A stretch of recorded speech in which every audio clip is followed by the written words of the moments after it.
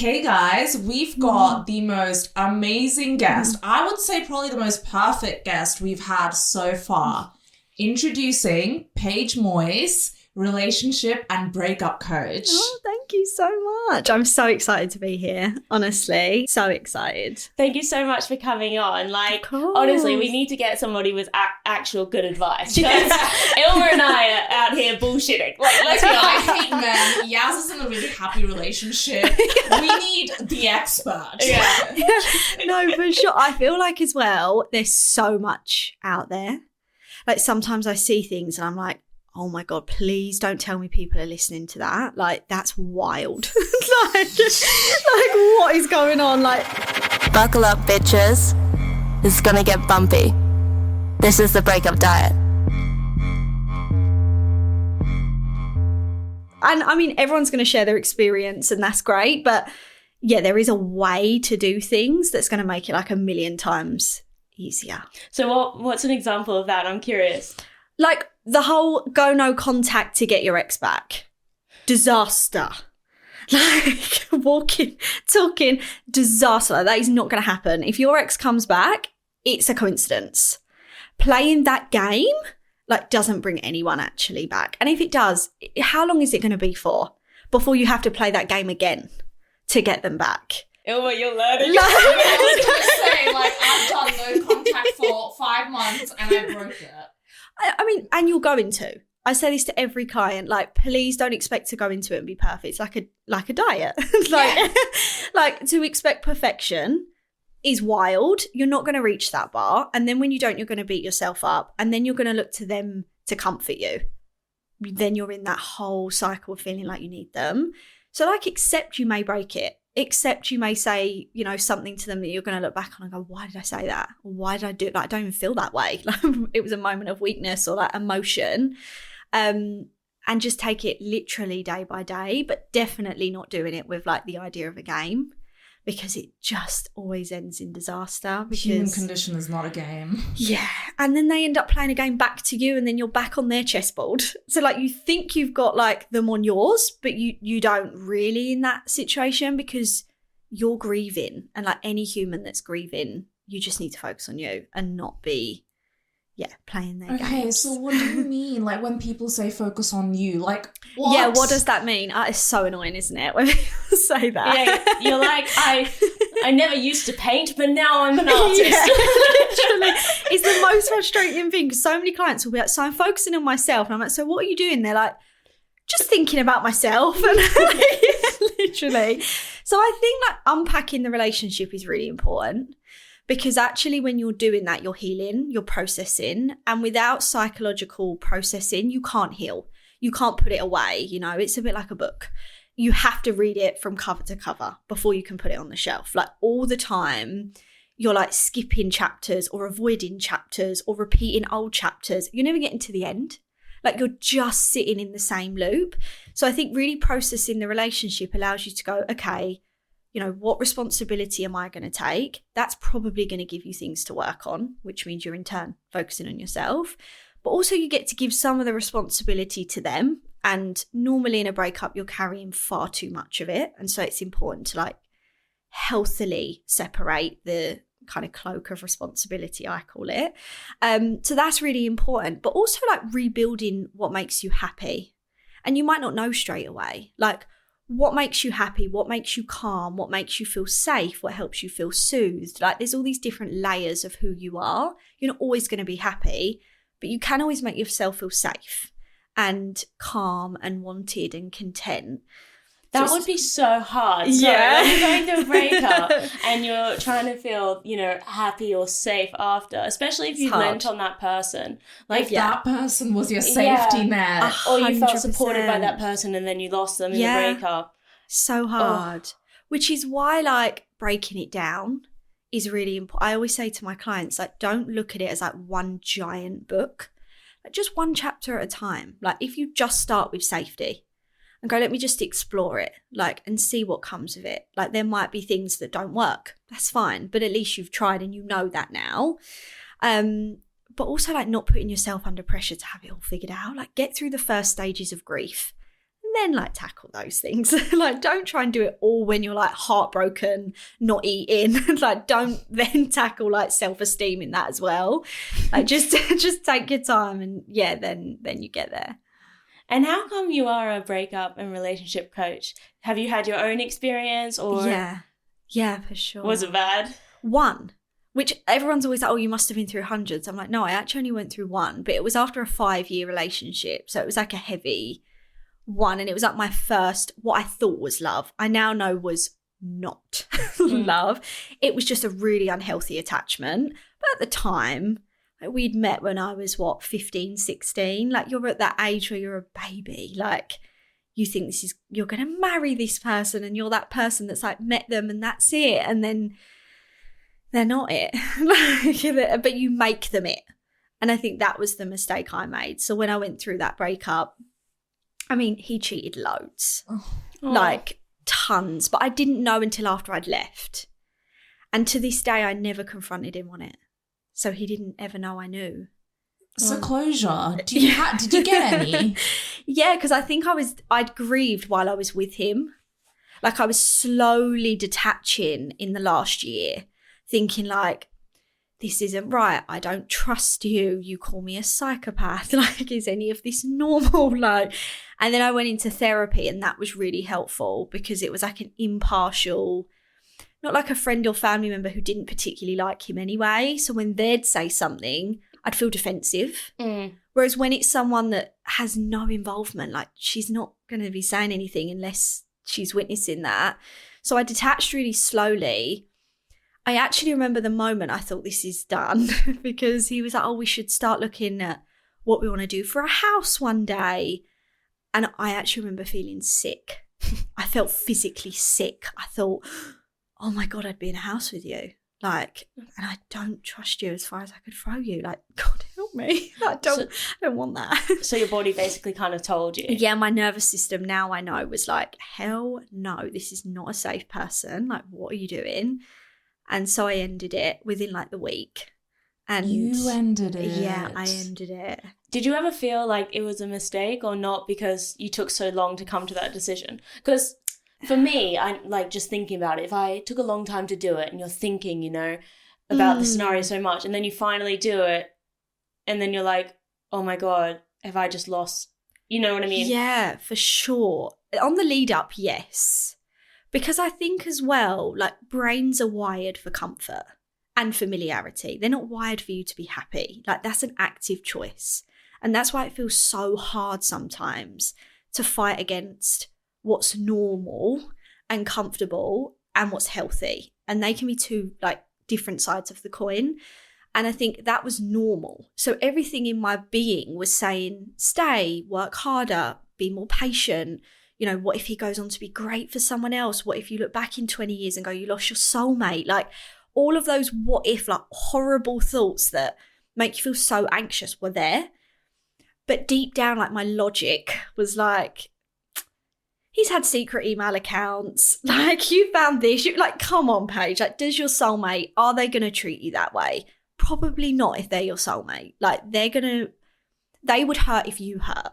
So they're the last person that wants to hurt you. So once I did end it, I just remember him saying, you've ruined my life. And I was like, I've ruined yours. Like, I'm like okay, I'm being gaslit here. Like, what's going on? And then literally a month after, I found out he'd been having sex with someone else for like a year. So I was like, you cheeky, can I swear on here? Yeah. You cheeky bastard. Yeah. You've just told me I've ruined your life and you were sleeping with someone else for a year. But what is that about, men? Like, why? I see it with like people I know and stuff, and they have these boys that will cheat and cheat and cheat, but then they still, you know, when they break up, like the girl finally finds out they break up, but they still do everything to try to get them back just to have that like power over them. But then they're going and like, I'm thinking of one particular person and they keep messaging, they keep making email addresses to reach out to my friend. And I'm like, what are you doing? Yeah. It's such an ego thing. It's like they want to know they can still have you, which is so selfish. And whenever I hear that, or whenever I have a client that's going through that, and they're like putting their boundaries in, you know, blocking them, like really taking back the reins on the situation, it's like a red rag to a bull. Like that person is then like, well, now I want them more because I can't have them. And it's like, but if you thought they were that special, you wouldn't have repeatedly done the same thing with no accountability. Like everyone can make mistakes. We're all human. You know, none of us are perfect. None of us have a crystal ball. But if you're repeatedly cheating on a person and ruining their self-esteem and you're just generally not being a good partner, you know, or a good human being at that point, like let them heal. Like do the best thing you can do after hurting them and go, do you know what? I'm not going to be selfish in this moment and get the ego boost by getting them back when really I probably don't really want to be with them, or I wouldn't have kept doing that. I'm going to let them go and repair the damage I caused. But you're not dealing with someone with high emotional intelligence at that point. You're dealing with someone that's usually highly egotistical. So they just want what they want, irregardless of what that does to you, which the sooner you accept that with a person like that, the sooner you cut that cord. And you're able to go, do you know what? I know what game you're playing and I'm not playing it too anymore. But it is hard when you secretly want them at the same time. Yeah. So it's difficult. Yeah, because I could imagine when you have like a toxic relationship like that and you keep going back and you have this like yo-yo, how do you actually break that cycle without, you know, for somebody that isn't going to therapy or something, how do you actually get to that point of like, that's enough? Honestly, reality training is the best thing you will ever do in your life. So I give it to all of my clients. So you write a list of all the times you felt hurt, sad, disrespected, whatever it may be in your relationship. You write all of the facts of how it happened, how you found out, what it looked like, etc. On the other side of the paper, you write how it made you feel in the moment. Was your heart beating? Did you feel sick? Did you feel panic? Like, what did you feel? Like, take yourself back. Every single time your brain gives you a positive about this person, you read that list. And you like put yourself back into those times. It strengthens your logical cognition. So when you're going through that toxic cycle, it's your emotional brain. Doesn't have to use any logic, annoyingly, or any facts. The logical brain can only use facts, can only use evidence-based thoughts. So the more you strengthen that logical part of the brain, the more, I always say, the logical brain becomes like the driver and the emotional brain becomes the person in the passenger seat, which is fine. You want your emotions. But reality training just on repeat, or using a friend to do it and being like, read me that list, like take me back in this moment. You find that then you start to get angry. And that's when you know you're halfway through your grief and you're over the hill. So yeah, reality training is important. And sometimes like rereading old messages can actually be helpful. Like at the right stage can... Like bad messages. Yeah. Reread them and be like, oh my God. You see, I'm a bit impulsive with that. Like, as in, if I get in an argument, it tends to be when I'm drunk though. So. But when I get in an argument, I'll just delete our whole chats and everything. I'm like, you suck, you're blocked. Yeah. And then I'll wake up from my drunk state and be like, oh no, that's a bit far. That was a bit far. Unblock. Like. And that's why sometimes like the odd screenshot can be helpful. Like just have a folder.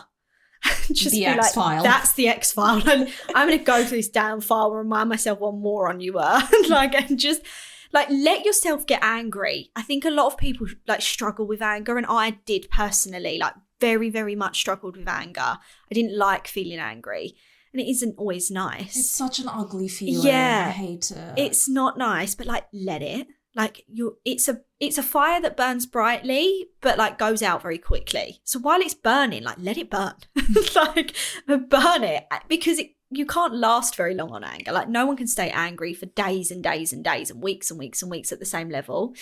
So yeah, let your anger come in and imagine it's like your best friend or your sister when you're rereading their messages and think, God, what would I think of this man if like the shoe was on the other foot and it wasn't me at like the other end of this treatment, it was someone I love. Yeah, that's the thing, isn't it? You can always, for example, like you can always give somebody else advice, but to take your own advice is so hard. Yeah. In one ear, at the other. It's like, no, it doesn't apply to me. Like, yeah, you should do that. Yeah. That's the right thing to do. And I'll just... Oh, for sure. I like it myself. I mean, I'm lucky now I'm in an amazing relationship, but like when I was in that 5-year relationship, I've always been the friend that gives advice, even before I did this job. But like, when it comes to myself, yeah, no way. I'd be like, oh, but maybe he's telling the truth. Yeah. Even though there's like a whole page of evidence to say otherwise, like maybe on the off chance where like now I look back, I'm like, oh, no, like the facts were the facts for a reason, but you just don't always want to take it. No. So you say you got cheated on. Going into a new relationship, how did you not take your baggage? So I don't know, maybe it's just me, but if I got cheated on a lot and found out all this horrible stuff, I would be going into my next relationship like being like thinking he's going to do it, even though he's a different person. Of course. How can you not? And I think not beating yourself up for that is important, first of all. I think a lot of people are like, I must go into this new relationship like not doing that. And that in itself is a problem because that's a natural safety mechanism. So the sooner you accept that, the better. However, it's like a team effort, I always say. So like being with someone that helps you feel safe, but knowing what helps you feel safe so that you can actually recognize it is really important. But also, I mean, when I went into my new relationship, I was still training in psychology. So I hadn't fully gone through it yet and know what I know now. And I did check his phone. And I'll always openly admit that. We'd probably only been seeing each other like 6 weeks. And I was like, right, I need to get ahead of this. I was on high alert. How did he check his phone 6 weeks in? Yeah. 6 weeks in, I was like, figured out the password. Stop. How do you do that? I've been with my partner for like 2 years and I don't even know his password. I mean, date of birth. It was like, I'll be honest, I wasn't a genius in that moment. And we laugh about it now. He's like, you checked my phone. I'm like, I did check your phone. So you guessed the password. It's not like a muscle training thing that you saw. No, I guessed. I thought, born in 1990. I mean, I always say this, not all men are as like complex as like we give them credit for. Sometimes it's just the birthday and it's like you try the simplest thing and it works, and it was that. And I went like, I got angry because I saw like old messages before he knew me. Like it's the typical woman thing where he was like, I didn't know you existed. I was like, but still. That's legit me. That's legit me. I like see, like my boyfriend would talk about something like that is last week. I was like, okay, cool. Yeah, literally. I was like, but you were, complimenting her on whatever. And he was like, okay, but this was a year before I knew you. Like, I'm not sure what was I meant to be rude? Like, because I somehow knew you were coming? Like, what was I meant to know? You should be a psychic this. Yeah. So I was still like a little extreme. And like we laugh about it now, but I did check. And I'm always honest about that. Like I didn't go in like the Dalai Lama super calm, like, oh, it's all good. Like, no, I still had major trust issues. Like I didn't want a boyfriend. I was as cold as ice. Like I was very much like, no, I don't want to be with anyone. Like this will be my terms. When really I really liked him. Like, and I think that was what was frightening me. Well, how long after your previous relationship did you meet this man? Quite soon, like 3 months. No. Yeah, no, it was quite soon. It was soon. And that's why I always say you can't choose the timing, because in an ideal world, no, I didn't want to be with anyone. And I was very certain on that. My therapist was very certain on that. But was that just like a self-protection thing? Because you were so hurt from before and then you were like, yeah, hugely. I was like, all the time you're not my boyfriend, you can't hurt me. That was like my logic. All the time we're just seeing each other, I can walk away just as easy as I walked in, because there's nothing official. You can't embarrass me. And I think that was from the last relationship. I felt very embarrassed. A lot of people knew what he was doing. So it was like mutual friends, his friends, people that were acquaintances, like people that I knew just to say hello to, all knew what he was doing and would see what he was like. And so I just felt like I looked like an idiot. Like I was walking around like in this like dazed world, having no idea that he was sleeping with all these girls behind my back, naked pictures. He had secret email accounts. It was endless. How did you find out? I bought him an iPad. So that's when I found the secret email account, and the absolute moron had like backed everything up to his iCloud. So he was like, oh, can you set it up for me? So when I logged into everything, I was like, I didn't know he had this like Hotmail account. He always had an iCloud account. And then I went in and he like saved all the naked pictures of the girls like in like as draft emails. So it got to an awful lot of effort for these pictures. Yeah. He's like, no, it's my best friend. It's my best friend. Now I look back, I'm like, why do you have Yeah. your Yeah. best friend's naked pictures? weird. Yeah, like, who does that? That's weird. So I think that's why I checked the phone when I was with who I'm with now, because I was like, well, that holds, subconsciously, it was like, that holds everything. Like, if you're going to find something, it's going to be there. But the ex actually sleeping with other people, a girl come up to me, is how I found out, in the toilet of a little pub, the most random pub in the world. Wait, so she told you that she was sleeping with him? Yeah, for like a year. How, did you have like photos on social media or something and she worked it out, or? She had known about me for ages, and she, Still slept with him? yeah. But the thing is, like, although you look at It's it and you're like, hard. how could she do that? But she's not actually really, she's in the wrong because she knows, but not really, is she? It's hard. It's like girl code versus relationship code. It's such a And if- fine line. And if she liked him, like if she actually was like... she was like, young. Yeah. Like at this point, I was like 20 and she was like 17. Oh, And yeah, it's So just got this like she's man. young. And Yeah, like, it's she's exciting. like, oh. Yeah. Yeah. And he was like 22. Oh, So he was that bit older. He had a really nice car. Like, I can see how she would have thought. If anything, I'm not like now. I mean, I'm not angry at either of them now, but like her especially, I actually feel a bit sorry for her, because I'm like, as a 17-year-old girl, and he drives this fast car, and like, you know, he's got a really good job, and I can see how she would have thought, oh, and he likes me. Like, and I'm 17, and like, he obviously doesn't love his girlfriend, and he probably made me out to be a lunatic, you know? So she probably had an opinion of me that wasn't fact. But yeah, she came up to me and just said, FYI, I've been sleeping with him for like a year. And I was like, okay. Actually good of her to tell you, because lots of people wouldn't. Lots of people wouldn't. No. No. And I almost think, though, they had this relationship because they were together after. So they then ended up together, I believe, for a few years. Oh my gosh. And I think it was this like tit for tat, like throwing daggers at each other, but via me at that time. Like, well, I'm going to tell her that you were sleeping with me. And like, I'm going to do this, and I'm going to, and that's how it felt. Like I was in the middle of that, but neither of them were really having my back.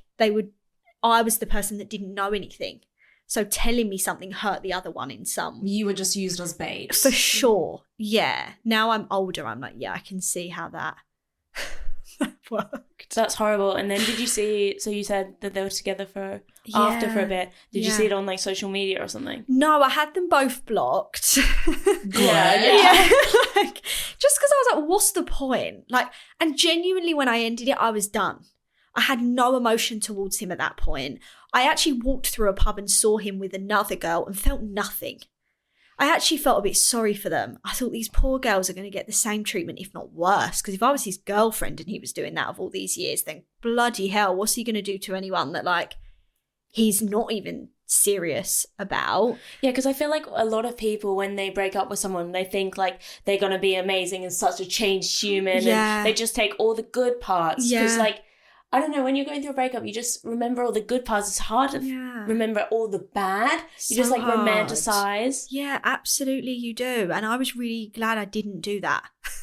You're so lucky. You're so smart. I didn't do that. I honestly didn't hate him either. I was indifferent. No, I would hate him. Yeah. I would be like, sorry to the girl too. I'd be like, I hate you, I hate you, and I hate you. A voodoo doll, Yeah, next Etsy literally. witch spell. All my friends were like that. They were like, if we ever see him anywhere, like, but I was like, I think because I'd been detaching, and some of my clients are like that. They're grieving in the relationship. They go through the heartbreak while they're still with the person. Yeah, a lot of women tend to Do do that. that. Men Yeah. don't. No. Men, it's after, and normally months after, unless they genuinely were madly in love with the person, then it's straight away. But women typically detach while they're with the person slowly, so slowly that by the time it's over, the man is like, where did that come from? And it's like, she's been telling you for months. Like, what do you mean where did that come from? And then she's done. She walks away, which was definitely me. I was done a year before that relationship ended. So even though, yeah, technically I met someone 3-4 months after, really it was like a year and 3-4 months, because it was going through the motions with that person at the end, sadly. And I think he was doing the same with me. He definitely wanted to be with this girl, I don't think he had the balls to leave me, and I didn't really have the balls to leave him at a certain point. So someone had to do it. And I don't think he's a bad person, actually. And his mum's lovely. Oh. so like, now I look back, we were just young, and like, we didn't have fully logical working brains. I always say that, like, for men, it's like 25 before their logical brain is here, like, to stay. And for women, like 23. So my God, like, we were both not thinking with any logic. And if anything, I'm glad about it, because it's made my relationship now so healthy that I'm like, actually, sometimes you need a really crappy one to like, no, I don't want that. And then you kind of like flip-flop to the other side and go, okay, that is what I want. But unless you go through it, you don't always know. So when you go to the next relationship, when you went into the next relationship, how did you not have your guards up? Because after my divorce, I've been guarded ever since. And I still am 2 years on. Yeah, of course. I did at first. And he would say that. I was very like, he couldn't read me. Whether I liked him or he didn't know. And I didn't know for him either. And we're very similar like that. Honestly, it was like, this is what I expect. And making that quite clear. And he was well entitled to tell me what he expects. And I had to kind of give him a chance to meet that. Because I thought, otherwise, what's the point? Like, if I'm going to keep moving the goalpost, no matter what he does, I'm not being fair. And he hasn't given me any reason, and he never has given me any reason to doubt who he is as a human being. But also not rushing into like labels. Like letting someone show you who they are. Like, an episode on labels. Yeah, like just let them show you. Like let them show, like if there's certain situations that you know may be triggers for you, see how they behave in that. Like after the phone thing, he was like, he laughed about it and he was like, okay, you've gone through my phone. Like, clearly your last relationship's affected you, Paige. Like, what? I haven't done anything though. Like, so where are we at with this? Like, he was very like, didn't get angry at me, didn't shout at me, didn't like. Really mature. It didn't make me feel stupid. He was like, but I haven't done anything. So like, this is where we're at. The difference is you're dealing with a mature man. We haven't done. Yeah. You need to. My man is mature. I haven't done. You need to, because that matters. You can have all the self-awareness in the world and be like, no guards up. But if you're meeting morons, you're going to put your guard up. Like, why are you not going to? Like, you can't blame yourself for that.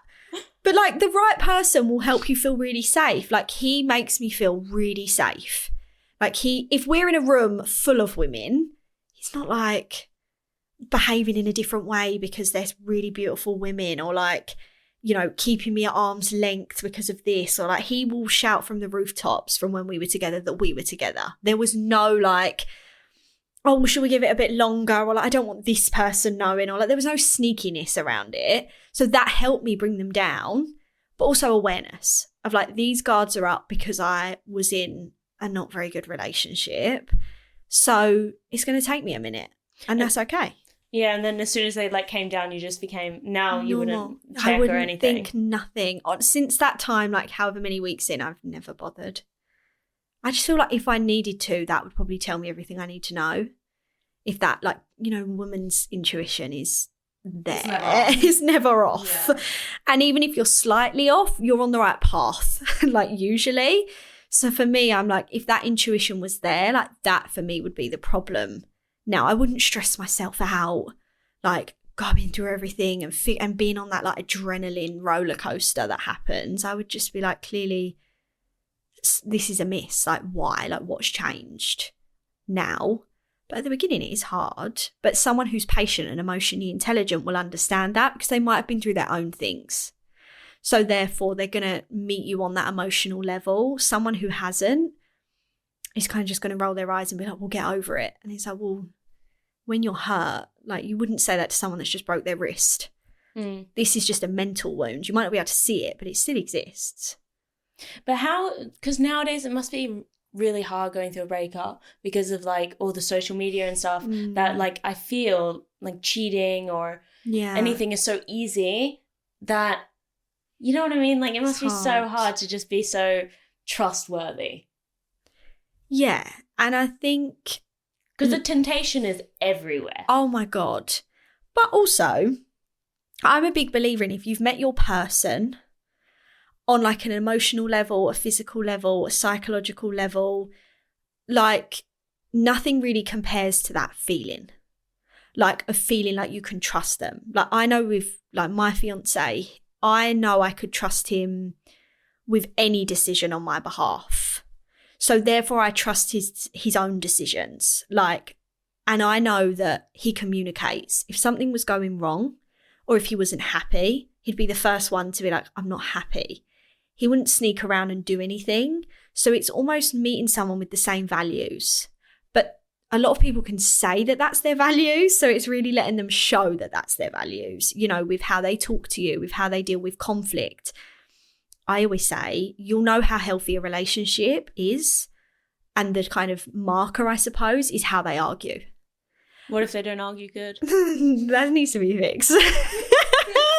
It depends. That's my downfall. Sorry, boyfriend, but we argue really bad. Like, in what way? So he's gonna hate this. Oh well, podcaster. Here we are. Good job. So basically, he's a very defensive argument. Yeah. So I can't deal with that. Like, I'll just shut off. Yeah. And if you come aggressive at me, yeah, like not necessarily like shouting, just the way that it's said or anything, I can't process it. I like shut down completely. Mm-hmm. And I don't have that with anybody else. Never had that in my life. Yeah. But with that, I just can't talk.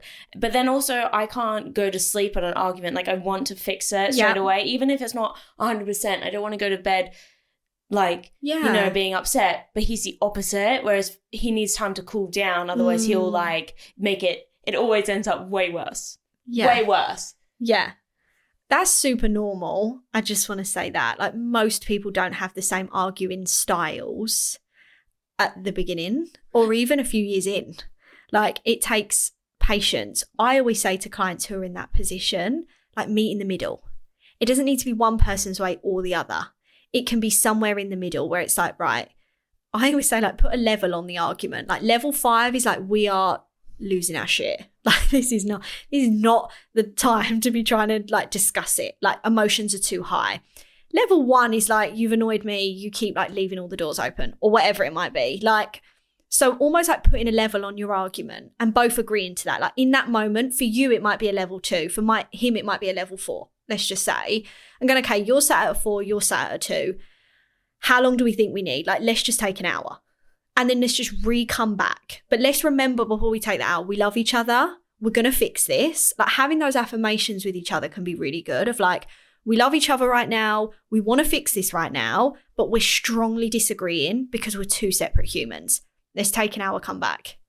If in an hour we're still not there, that's also okay, but we can't keep doing hours. So like, what you each do in that hour is going to be important. So he will obviously need to cool down and figure out what that looks like for him. You will need to cool down, but in a different way, kind of settle the anxiety probably of having this argument and knowing he needs to cool down. So it's like, what you do in that time matters, but reminding yourself that you love each other. Like, this is an argument, unless it's over something like incredibly serious.